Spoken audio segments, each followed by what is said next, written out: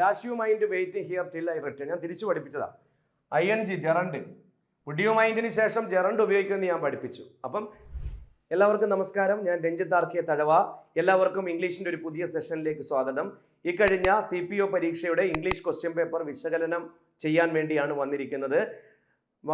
Women CPO പരീക്ഷ വരുന്നുണ്ട്. അതിനു മുമ്പ് തന്നെ ഈ ക്വസ്റ്റ്യനിലുള്ള കാര്യങ്ങൾ നിങ്ങൾ പഠിച്ചാൽ അത് നിങ്ങൾക്ക് ഒരു മുതൽക്കൂട്ടായിരിക്കും. ഒരു ക്വസ്റ്റ്യൻ മോഡൽ എങ്ങനെയാണെന്ന് നമുക്ക് മനസ്സിലാക്കാൻ സാധിക്കും. ഇനി വുമൺ CPO പരീക്ഷ എഴുതാൻ ആഗ്രഹിക്കുന്ന അല്ലെങ്കിൽ എഴുതാൻ പോകുന്ന ഉദ്യോഗാർത്ഥികളോട് എനിക്ക് പറയാനുള്ളത്, തീർച്ചയായിട്ടും നിങ്ങൾ എൻ്റെ പ്രീവിയസ് ക്ലാസ്സുകളെല്ലാം കാണുക. യൂട്യൂബിൽ കൊടുത്തിരിക്കുന്ന ക്ലാസ്സുകൾ ഞാൻ ഇൻസ്ട്രക്ട് ചെയ്തതുപോലെ കാണുക. അതുപോലെ തന്നെ പ്രീവിയസ് ക്വസ്റ്റ്യൻ പേപ്പർ കുറച്ചെങ്കിലും, ഈ സമയം വളരെ കുറവാണ് എങ്കിലും കുറച്ചെങ്കിലും ചെയ്ത് പഠിച്ചിട്ട് പരീക്ഷയ്ക്ക് പോകുക. അതുപോലെ തന്നെ മാറുന്ന രീതിക്കനുസരിച്ചുള്ള ചോദ്യങ്ങൾ, അത് ഏറ്റവും ലേറ്റസ്റ്റ് ആയിട്ടുള്ള ക്വസ്റ്റ്യൻ പേപ്പർ ചെയ്ത് പഠിക്കുന്നതിലൂടെ നമുക്ക് സ്വായത്തമാക്കാൻ കഴിയുന്നതായിരിക്കും. 10 ചോദ്യങ്ങളായിരുന്നു. ഈ അടുത്ത കാലത്ത് നടന്ന പരീക്ഷകളിൽ ഏറ്റവും എളുപ്പമുള്ള പരീക്ഷ 2 എണ്ണമായിരുന്നു. അതിലൊന്ന് CPOയും രണ്ടാമത്തത് ഡിഗ്രി പ്രിലിംസിൻ്റെ 3ാമത്തെ സ്റ്റേജുമായിരുന്നു. 3ാമത്തെ സ്റ്റേജൊക്കെ വളരെ നിലവാരം കുറഞ്ഞ ചോദ്യങ്ങളായിരുന്നു. ഈ CPOയ്ക്ക് ചോദിച്ചത് 9 ചോദ്യങ്ങളും നമ്മൾ പഠിപ്പിച്ച ചോദ്യങ്ങളാണ്. അതുകൊണ്ട് തന്നെ ഇതിൻ്റെ ഒരു എക്സ്പ്ലനേഷൻ, അതുകൊണ്ടാണ് ഇത്രയും കാലം ഞാൻ മാറ്റി വെച്ചിരുന്നത്. സത്യം പറഞ്ഞാൽ ഇതിൻ്റെ എക്സ്പ്ലനേഷൻ പലർക്കും ആവശ്യമില്ല എങ്കിലും അഡീഷണൽ ആയിട്ടുള്ള കുറച്ച് കാര്യങ്ങൾ പറഞ്ഞു തരുമ്പോൾ നിങ്ങൾക്ക് അത് ഗുണപ്രദമായിരിക്കും. അതുകൊണ്ട് ഓരോ ചോദ്യവുമായി ബന്ധപ്പെട്ട് അഡീഷണൽ ആയിട്ടുള്ള കുറച്ച് കാര്യങ്ങൾ പറഞ്ഞായിരിക്കും ഞാൻ പോകുന്നത്. 1ാമത്തെ ചോദ്യത്തിലേക്ക് കടക്കാം. They did not come dash the meeting was half over. But the meeting was half over. Until the meeting was half over. At least the meeting was half over. However the meeting was half over. അങ്ങനെയാണ് പറയുന്നത്. They did not come.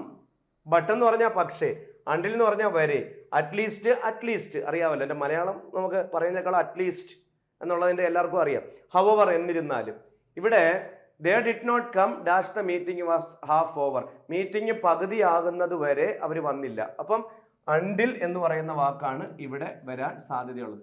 Topic ഏതാണെന്ന് ചോദിച്ചാൽ preposition അല്ലെങ്കിൽ conjunction എന്ന് പറഞ്ഞ ടോപ്പിക്കാണ്. Mixed ആയിട്ടാണ് option കൊടുത്തിരിക്കുന്നത്. പ്രിപ്പോസിഷനും ഉണ്ട്, കൺജങ്ഷൻസും ഉണ്ട്. ഓക്കെ, സോ 2ാമത്തെ ചോദ്യം, he still dash in touch with most of his old schoolmates. ടോപ്പിക്കിന്റെ പേര് സബ്ജക്റ്റ് വെർബ് എഗ്രിമെന്റ് എന്നാണ്. സബ്ജക്റ്റ് വെർബ് എഗ്രിമെന്റിൽ ഹീ സബ്ജക്റ്റ് ആണ്. സബ്ജക്റ്റ് വരുമ്പം വരാൻ സാധ്യതയുള്ള സിംഗുലർ ആണെങ്കിൽ എസ് ഉള്ള വെർബ് കീപ്സ് വരും. കീപ്പിംഗ് വരത്തില്ല, ING മാത്രമായിട്ട് ഉപയോഗിക്കത്തില്ല. പിന്നെ വരുന്നത് നൺ, അതും വരത്തില്ല. കെപ്റ്റ് വരാം, കാരണം കെപ്റ്റ് എന്ന് പറയുന്നത് എന്താണ്, പാസ്റ്റ് ആണ്. So he still dash in touch with most of his old schoolmates എന്നാണ് പറയുന്നത്. അതൊരു ഫാക്റ്റ് ആണ്. അതൊരു സിമ്പിൾ പ്രസന്റിൽ പറഞ്ഞാൽ മതി. പാസ്റ്റിന് അവിടെ സ്ഥാനമില്ല. സോ ആൻസർ കീപ്സ് ആണ്. സബ്ജക്റ്റ് വെർബ് എഗ്രിമെന്റിന്റെ റൂൾ അനുസരിച്ച് കീപ്പും കെപ്റ്റും ഒന്നും വരത്തില്ല. കീപ്സ് ആണ് കറക്റ്റ് ഉത്തരമായിട്ട് വരുന്നത്. We dash of coffee so we adjusted with. നല്ല ചോദ്യമായിരുന്നു. അതായത് നമ്മൾ പല സിനിമകളിലും പല സ്ഥലങ്ങളിലും ഒക്കെ നമ്മൾ കേട്ടുള്ളൊരു വാക്കാണ് ഈ റൺ ഔട്ട് എന്ന് പറയുന്ന വാക്ക്. ഇപ്പം മേക്കപ്പ് എന്ന് പറഞ്ഞ അർത്ഥം മെയിൻറ്റെയിൻ എന്നാണ്. Make up maintain. മേക്കൗട്ട് അണ്ടർസ്റ്റാൻഡ് എന്നാണ്. ബ്രേക്കൗട്ട് പൊട്ടി പുറപ്പെടുക എന്നാണ്. റൺ ഔട്ട് എന്ന് പറഞ്ഞാൽ കുറയുക എന്നാണ്. ഷോർട്ടേജ് വരിക എന്ന അർത്ഥത്തിലാണ് റൺ ഔട്ട് ഉപയോഗിക്കുന്നത്. ഇപ്പം Rann out of petrol, Rann out of bullet എന്നൊക്കെ പറയും. വെടി വെച്ചുകൊണ്ടിരിക്കുമ്പോൾ തോക്കിൽ ബുള്ളറ്റ് തീരുക, വണ്ടി ഓടിച്ചുകൊണ്ടിരിക്കുമ്പോൾ പെട്രോൾ തീരുക, ഇങ്ങനെയൊക്കെയുള്ള സാഹചര്യങ്ങളിൽ റാൻ ഔട്ട് എന്ന് പറയുന്ന ഒരു ഫ്രേസ് വെർബ് നമ്മൾ ഉപയോഗിക്കാറുണ്ട്. സോ കോഫി തീർന്നു, so adjusted with tea. Coffee തീർന്നപ്പോൾ നമ്മൾ ടീ വെച്ച് അഡ്ജസ്റ്റ് ചെയ്തു.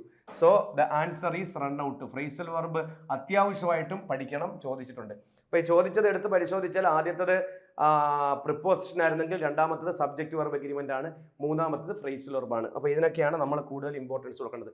ഫ്രേസൽ വെർബ് വൊക്കാബുലറി ടോപ്പിക്കാണ്. Dash you mind waiting here till I return. ഞാൻ തിരിച്ചു പഠിപ്പിച്ചതാ. ING gerund. വുഡ് യു മൈൻഡിന് ശേഷം ജെറണ്ട് ഉപയോഗിക്കുമെന്ന് ഞാൻ പഠിപ്പിച്ചു. അപ്പം ജെറണ്ട് വന്നാൽ വുഡ് യു മൈൻഡ് വരുമെന്ന് നിങ്ങൾ പഠിച്ചിരിക്കണം. So answer is would you mind. ഇവിടെ വുഡ് യു മൈൻഡ് എന്ന് പറയുന്നത് വുഡ് യു മൈൻഡിന് ശേഷം ജെറണ്ട് അഥവാ ING ഉപയോഗിക്കണം. വുഡ് യു മൈൻഡിന് ശേഷം ഇംഗ്ലീഷിൽ ഉപയോഗിക്കുന്നത് എപ്പോഴും ജെറണ്ട് ആയിരിക്കും. വുഡ് യു മൈൻഡിൽ തുടങ്ങുന്ന ഒരു ചോദ്യമായിരിക്കും, പക്ഷേ അത് കാണിക്കുന്നത് ഒരു റിക്വസ്റ്റ് ആയിരിക്കും. Would you mind waiting here till I return എന്ന് പറഞ്ഞാൽ റിക്വസ്റ്റ് ആണ് കാണിക്കുന്നത്, പക്ഷേ അത് ചോദ്യ രൂപത്തിൽ. അതുകൊണ്ടാണ് ക്വസ്റ്റ്യൻ മാർക്ക് ഇട്ടേക്കുന്നത്. എന്താണ് അതിൻ്റെ അർത്ഥം? ഞാൻ തിരിച്ചു വരുന്നത് വരെ നിനക്കിവിടെ നിൽക്കാൻ ബുദ്ധിമുട്ടുണ്ടാകുമോ, അതായത് നീ തിരിച്ചു വരുന്നത് നീ ഇവിടെ നിൽക്കാമോ എന്ന് ചോദിക്കുന്നതാണ്. Okay, so next question, he is dash European tourist. ഒരുപാട് തവണ പറഞ്ഞതാണ്. യൂറോപ്യൻ എന്ന് പറയുന്ന വാക്ക് എഴുതുമ്പം യാ എന്ന് ഉച്ചരിക്കുന്നത് കൊണ്ട് ആനല്ല എ ആണ്. ഈ വന്നാലും എ ആണ് ഉപയോഗിക്കുന്നത്. ഈ അടുത്ത സമയത്ത് ചോദിച്ചതാ ഓജ ബോർഡ്. എല്ലാവരും ഓജ എന്ന് വായിക്കും, പക്ഷേ ഇത് വീജ എന്ന് ഉച്ചരിക്കുന്നത് കൊണ്ട് വീജ ബോർഡാണ്. ഇതൊക്കെ ചോദിക്കാം. യുട്ടോപ്യൻ എന്ന് പറയുന്ന വാക്ക് ചോദിക്കാം. യുട്ടോപ്യൻ യുട്ടോപ്യൻ എന്നാണ്. യായാണ്, ഉട്ടോപ്യൻ എന്നല്ല, യായാണ്. യെല്ലോ ബസ്, വൈയിൽ തുടങ്ങുന്ന എല്ലാ വാക്കുകൾക്കും മുമ്പിലും വൈയിൽ തുടങ്ങുന്ന എല്ലാ വാക്കുകൾക്ക് മുമ്പിലും എ ആണ് ഉപയോഗിച്ചിരുന്നത്. സോ അതൊക്കെ നമ്മൾ പഠിച്ചു വെക്കണം. Unanimous, a unanimous. MLA, an MLA. X-ray, an x-ray. XMLA, an XMLA. LLB, an LLB. PhD, a PhD. Island, an island. കണ്ടോ? യുണീക്ക്, എ യുണീക്ക് സീൻ എന്നാണ് പറയുന്നത്. Young man, a young man എന്നാണ് പറയുന്നത്. ഇത് ഓർത്ത് വെക്കുക. ടോപ്പിക്കിന്റെ പേര് ആർട്ടിക്കിൾ. യെസ്റ്റർഡേ ടെൻസ് ആയിരിക്കുമല്ലോ. Yesterday, last day, last week, last year, last month തുടങ്ങിയ വാക്കുകൾ സെന്റൻസിന്റെ ഭാഗമായിട്ട് തന്നിട്ടുണ്ടെങ്കിൽ ആൻസർ എപ്പോഴും V2 ആയിരിക്കും. Simple past tense. Yesterday Sharon dash to the station to meet Anu. Answer went. വേറെ ഒന്നും എടുത്തില്ല. Goes present, go present, has gone present. Past went മാത്രമേ ഉള്ളൂ. So went is the right answer. Next question. My birthday is dash October 28th. ഇങ്ങനെ വന്നാലും October 28th എന്നോ കേട്ടോണം.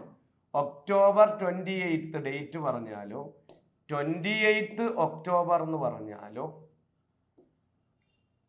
ഓണായിരിക്കും. Date എപ്പോഴും ഓണാണ്.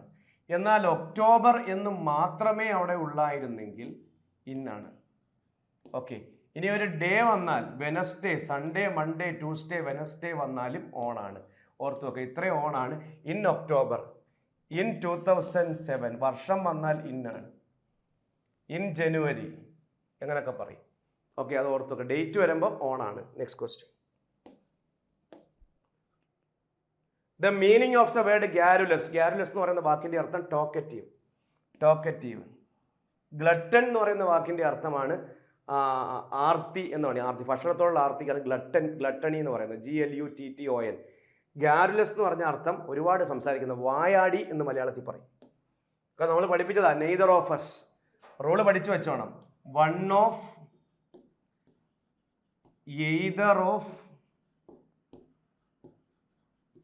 Neither of. ഈ പറയുന്ന വാക്കുകൾക്ക് ശേഷം പ്ലൂറൽ നൗണും എന്താണ്? പ്ലൂറൽ നൗണും സിംഗുലർ വെർബുമാണ് ഉപയോഗിക്കുന്നത്. സിംഗുലർ വെർബുമാണ് ഉപയോഗിക്കുന്നത്. അതായത് വൺ ഓഫ് ദ ബോയ് എന്നല്ല പറയുന്നത്, വൺ ഓഫ് ദ ബോയ്സ്. ഇതാണ് പ്ലൂറൽ നൗൺ. ഒരാളെ ഉള്ളായതുകൊണ്ട് ആറല്ല ഈസ് ആണ്. ഇതാണ് സിംഗുലർ വെർബ്. ഇത് നെയ്തർ ഓഫിനും എയ്തർ ഓഫിനും വൺ ഓഫിനും ബാധകമാണ്. ഇപ്പം നെയ്തർ ഓഫ് അസ്, അസ് എന്ന് പറഞ്ഞാൽ ഞങ്ങൾ, പ്ലൂറലാ. പക്ഷെ നെയ്തർ ഓഫ് അസ് എന്ന് പറയുമ്പോൾ സിംഗുലറാ. അതുകൊണ്ട് ലൈക്ഡ് പാസ്റ്റ, ലൈക്ക് പ്ലൂറലാണ്. ലൈക്കിങ് ING വരത്തില്ല. ലൈക്സ് ING മാത്രമായിട്ട് വരത്തില്ല. അല്ലെങ്കിൽ ലൈക്കിങ് എന്ന് ഉപയോഗിക്കാറില്ല. ലൈക്ക് INGയിൽ ഉപയോഗിക്കുന്ന ഒരു വെർബല്ല ലൈക്സ്. ഓക്കെ. ഇപ്പോൾ ചിലരെങ്കിലും ചോദിക്കാം ലൈക്ക്ഡ് എന്ന് വന്നാൽ എന്താണ് കുഴപ്പം? പാസ്റ്റ് അല്ലേ, ലൈക്സിന്റെ പാസ്റ്റ് അല്ലേ ലൈക്ഡ്, സിമ്പിൾ പാസ്റ്റ് ആവത്തല്ല ഉള്ളു. അപ്പോൾ എന്താണ് പ്രശ്നം ചോദിക്കാം. അങ്ങനെ ഒരു റൂൾ ഉണ്ട് ഇംഗ്ലീഷിൽ. അതായത് പ്രസന്റും പാസ്റ്റും ഒരുപോലെ വരികയാണെങ്കിൽ പ്രസന്റിന് ഇമ്പോർട്ടൻസ് കൊടുക്കണം. ഇത് പാസ്റ്റിൽ പറയുന്നതിനേക്കാളും ബെറ്റർ ആണ്. ഒരു ഫാക്റ്റ് ആണ്. ഒരു സിമ്പിൾ പ്രസന്റിൽ പറയേണ്ട സാധനമാണ്. ഞങ്ങൾ രണ്ടുപേർക്ക് സീഡ്സ് ഇഷ്ടമല്ല, ഇഷ്ടമായിരുന്നില്ല എന്ന് പറയേണ്ട കാര്യമില്ല. Colt is the younger one of. Colt, colt എന്തിൻ്റെ കുഞ്ഞാണ്? കോൾട്ടിൻ്റെ കുഞ്ഞ് ഹോഴ്സിൻ്റെ കുഞ്ഞാണ്. ഹോഴ്സ്, ഹോഴ്സിൻ്റെ ജെൻഡർ മേയറാണ്, പെൺകുതിര, ഫെമിനിൻ ജെൻഡർ. ഹോഴ്സിൻ്റെ കോൾട്ടാണെങ്കിൽ മേയറിൻ്റെ ഫില്ലിയാണ്. മേയറിൻ്റെ കുഞ്ഞുങ്ങളെ വിളിക്കുന്ന പേര് ഫില്ലിയാണ്. ഇത് ജെൻഡറായിട്ടും ചോദിക്കാറുണ്ട്. ഹോഴ്സിൻ്റെ ഫെമിനിൻ മേയറാണ്, കോൾട്ടിൻ്റെ ഫില്ലിയാണ്. ഹോഴ്സിൻ്റെ കുഞ്ഞിനെ കോൾട്ട് എന്നും മേയറിൻ്റെ കുഞ്ഞിനെ ഫില്ലി എന്നും വിളിക്കും. ഇത് പഠിച്ചു വെക്കണം. സോ ചുരുക്കി പറഞ്ഞാൽ എല്ലാ മേഖലകളിൽ നിന്നും വൊക്കാബുലറി ഒക്കെ എളുപ്പമുള്ളത്, ഏറ്റവും എളുപ്പമുള്ള ഫ്രേസൽ വെർബും യങ് വണ്ണും ഒക്കെയാണ് ചോദിച്ചിരിക്കുന്നത്. സോ എല്ലാം നമ്മൾ പഠിച്ചു വെക്കുക, പരീക്ഷയ്ക്ക് വേണ്ടി തയ്യാറെടുക്കുക. ഞാൻ പറയാം, ഈ ക്വസ്റ്റ്യനിൽ നിന്ന് നമുക്ക് മനസ്സിലാവുന്നൊരു കാര്യം, നമുക്ക് ഗ്രാമർ 5 മാർക്ക്, വൊക്കാബുലറി ഒരു 5 മാർക്ക്. ഇവിടെ വൊക്കാബുലറി വളരെ കുറച്ച് ചോദിച്ചുള്ളൂ. അപ്പോൾ നിങ്ങൾക്ക് ഗ്രാമർ ഒരു 5 മാർക്ക്, വൊക്കാബുലറി 5 മാർക്ക് ആയിരിക്കും ചോദിക്കുന്നത്. ആർട്ടിക്കിൾ ഏറ്റവും ഇമ്പോർട്ടൻ്റ് ആണ്, ടെൻസ് ഏറ്റവും ഇമ്പോർട്ടൻ്റ് ആണ്, പ്രിപ്പോഷൻ ഏറ്റവും ഇമ്പോർട്ടൻ്റ് ആണ്.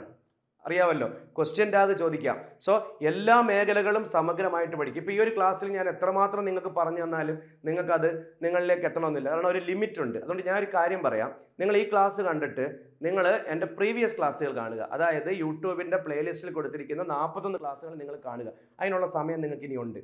ആ ക്ലാസ് കണ്ടിട്ട് നിങ്ങൾ പരീക്ഷയ്ക്ക് പോയാൽ തീർച്ചയായിട്ടും നിങ്ങൾക്ക് പരീക്ഷയ്ക്ക് ഒരു 8 മാർക്ക് അതിൽ നിന്ന് കിട്ടും, ഞാൻ ഉറപ്പ് വരുന്നു. 2 മാർക്ക് നമ്മളിനി എത്ര തലകുത്തി നിന്നാലും നമ്മുടെ കയ്യിൽ വരണമെങ്കിൽ അതൊരു ഭാഗ്യവും കൂടെ വേണം. കാരണം ക്വസ്റ്റ്യൻ കുറച്ച് വൊക്കാബുലറി ഏതെങ്കിലുമൊക്കെ നമ്മളെ ചതിക്കുക. അത് നമ്മൾ പ്രതീക്ഷിച്ച് തന്നെയാണ് പോകുന്നത്. ഒരു 8 മാർക്ക് നമുക്ക് ഈസി ആയിട്ട് നേടിയെടുക്കാൻ പറ്റും. ഇതിൽ 10 മാർക്ക് സ്കോർ ചെയ്ത ഒരുപാട് സ്റ്റുഡൻസ് എൻട്രിയിലുണ്ട്.